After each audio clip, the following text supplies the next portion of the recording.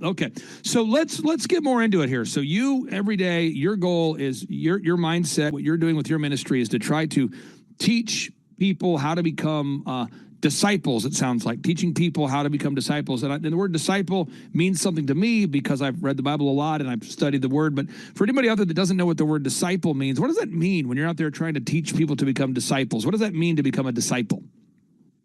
Yeah, that's a great question. So we have the privilege, or I guess it's the privilege in the last few hundred years, we've discovered writings from the rabbis at the time of Jesus, largely from the Dead Sea Scrolls. There's a book out there, a friend of mine named Dr. Ed Gross wrote this book. It's called Are You a Christian or a Disciple?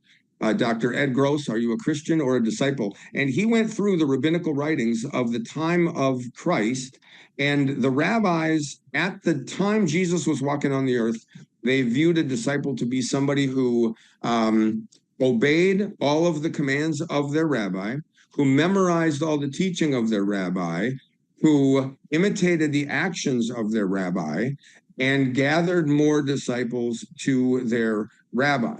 So to be a disciple, like for example, Jesus said, follow me and I'll make you into a fisher of men.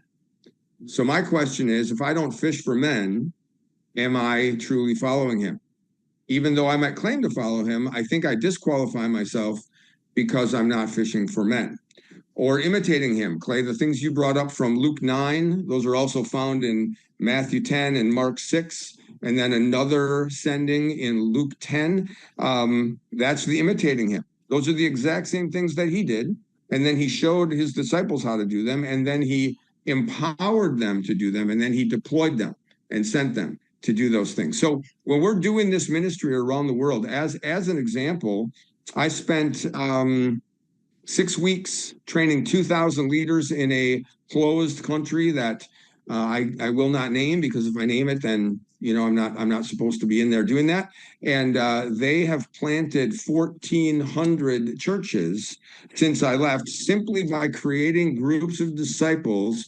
And again, because it's a closed country with severe persecution, they're not building large buildings and putting crosses top and marquees out front, because that would just get everybody to heaven sooner. So instead, we are doing smaller, we call them rabbit churches. Sometimes we call it the ant church system. It's more underground, more secretive, flying under the radar. But 1,400 churches with an average of 20 people. I think that's 28,000 people meeting in churches that weren't in a closed country. That's exciting. Now,